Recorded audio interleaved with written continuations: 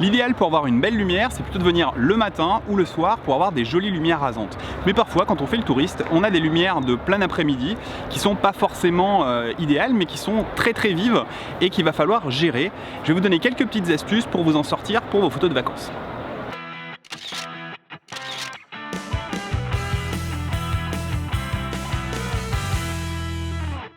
En pleine journée, les lumières ont la particularité d'être particulièrement dures, c'est-à-dire que les ombres sont très marquées entre les parties lumineuses et les parties à l'ombre. Il y a un écart de contraste qui fait que vous allez avoir du mal à avoir à la fois une exposition qui va être correcte pour les ombres et pour les parties éclairées.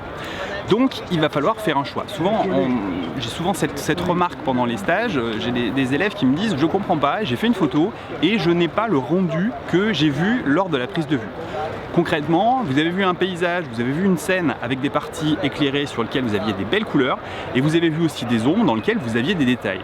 Et lorsqu'on regarde le résultat à l'image, qu'est-ce qu'on voit? Eh ben, on a soit quelque chose qui est un compromis où tout n'est ni fait ni à faire, c'est-à-dire que les couleurs sont un peu lavasses et les ombres sont un petit peu bouchées, mais finalement, il n'y a rien de réellement exposé correctement. Ou alors, vous allez avoir des images où la partie sombre sont éclairées correctement, mais toutes les parties lumineuses sont complètement cramées, c'est-à-dire que vous perdez toutes les couleurs. Troisième possibilité, vous avez éclairé correctement pour les parties lumineuses, mais les ombres sont tellement bouchées que vous avez des gros aplats noirs.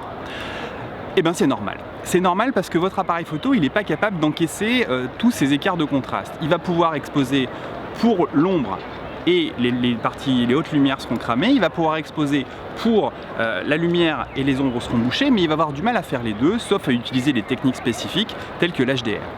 Donc vous allez devoir faire un choix. Si vous laissez faire l'appareil photo, dans la majorité des cas, il va s'en sortir, il va faire un compromis qui pourra ou pas vous convenir, mais qui dans tous les cas pourra être acceptable. Mais la particularité du choix que fait l'appareil photo, c'est que même si potentiellement il est bon, ça ne sera pas nécessairement le vôtre. Donc vous pouvez laisser faire l'appareil photo, mais vous prenez le risque que l'appareil fasse un choix qui n'est pas celui que vous auriez choisi. D'où l'utilité de mesurer sa lumière. Alors, on va utiliser comme d'habitude la technique SPPCMM, c'est-à-dire qu'on va commencer par gérer la sensibilité ISO, le positionnement, le programme, puis le cadrage, la mesure de lumière, la mise au point. Alors, en termes de sensibilité, si vous êtes en plein soleil, si votre sujet est en plein soleil, pas vous, vous pouvez être à l'ombre, mais si votre sujet est en plein soleil, prenez une sensibilité de 100 à 200 ISO. Si votre sujet est à l'ombre, montez en 400 ou 800 ISO. Ok, il fait jour, mais dès que vous êtes à l'ombre, l'écart de lumière est tel qu'il y a très peu de lumière à l'ombre.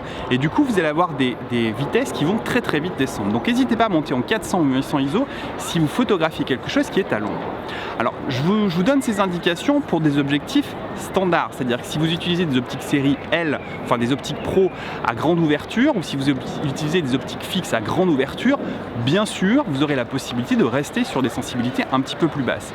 Mais si vous avez des optiques qui ouvrent entre 2,8 et 5,6 au maximum, vous allez devoir monter un petit peu en sensibilité ISO pour pouvoir avoir une exposition correcte, en tout cas pour permettre à votre appareil photo d'avoir une exposition correcte sans descendre trop bas dans les vitesses et donc risquer des flous de bouger et des flous de mouvement. Sensibilité, c'est fait. Positionnement. Positionnement, vous êtes en extérieur, faites attention à éviter de vous positionner en contre-jour. Si vous vous positionnez en contre-jour, vous allez avoir des gros soucis de lumière et l'essentiel de votre paysage va être bouché.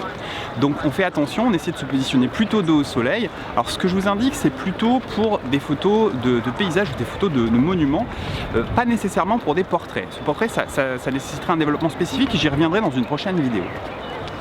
Donc positionnement, on évite le contre-jour et on va voir qu'il va falloir faire très attention selon comment on mesure sa lumière à la structure de votre cadrage, j'y reviendrai tout à l'heure.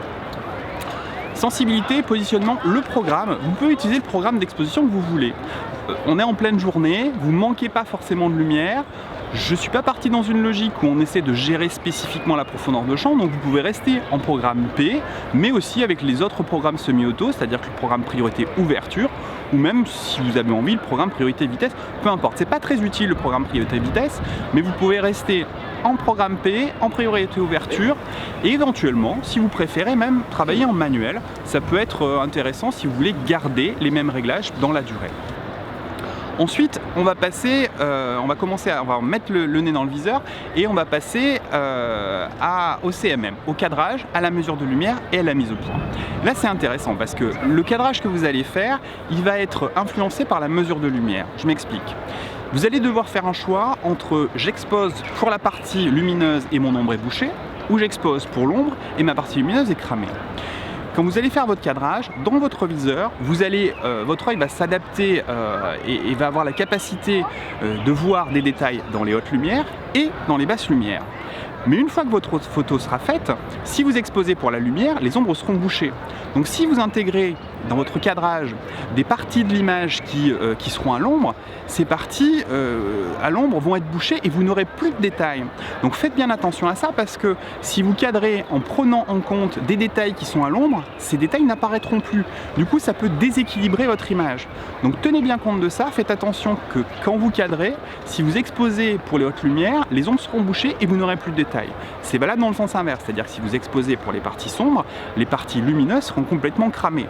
Donc du coup, faites attention à bien intégrer cette logique de sous-exposition, surexposition, on va dire sous-exposition des basses lumières quand vous exposez pour la lumière et surexposition des hautes lumières quand vous exposez pour l'ombre. Va bien falloir tenir compte de ça. Donc j'en viens à ma mesure de lumière qui est très importante. Moi, je vous recommande plutôt, sur ce type de prise de vue, d'exposer pour la lumière, parce que l'œil est plutôt habitué à avoir de l'ombre. L'ombre, c'est quelque chose de naturel.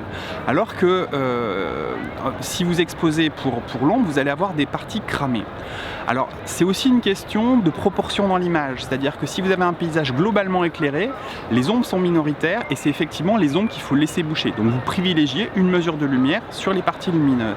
A l'inverse, si vous photographiez un endroit qui est majoritairement est dans l'ombre avec quelques touches de lumière à droite à gauche, là effectivement vous n'allez pas mesurer pour les hautes lumières parce que sinon vous auriez 2-3 touches qui vont être bien exposées et l'ensemble de l'image qui va être sous-ex.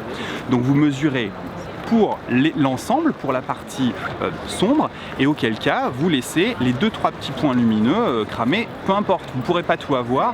La question c'est juste qu'est-ce qui est prioritaire, est-ce que je privilégie les hautes lumières ou est-ce que l'essentiel de ma scène est dans l'ombre, auquel cas je privilégie l'ombre et tant pis si quelques points sont cramés. Donc pour la mesure de lumière, je vous invite à consulter le Memento Photo et les formations en ligne où tout est très largement détaillé. Dernier point, la mise au point. Faites la mise au point sur votre sujet. Si vous faites des vues d'ensemble et que vous êtes au grand angle, ça va pas être très difficile. Vous utilisez le collimateur central ou alors vous pouvez aussi vous amuser à faire une mémorisation de mise au point si vous voulez jouer avec des premiers plans ou des arrière-plans flou net. Je vous remercie de m'avoir suivi, j'espère que cette vidéo vous aidera pour vos prochaines photos de vacances en plein après-midi. Bien sûr, l'idéal c'est de venir en fin de journée ou en début de journée pour avoir des belles lumières rasantes, mais si vous n'avez pas le choix, utilisez ces techniques et vous verrez que ça vous sauvera pas mal d'images. Je vous invite à liker cette vidéo, à la partager et bien sûr à vous abonner si ce n'est pas encore fait. D'ici là, je vous souhaite une bonne semaine, bonnes vacances et bonnes photos. Vous pouvez passer.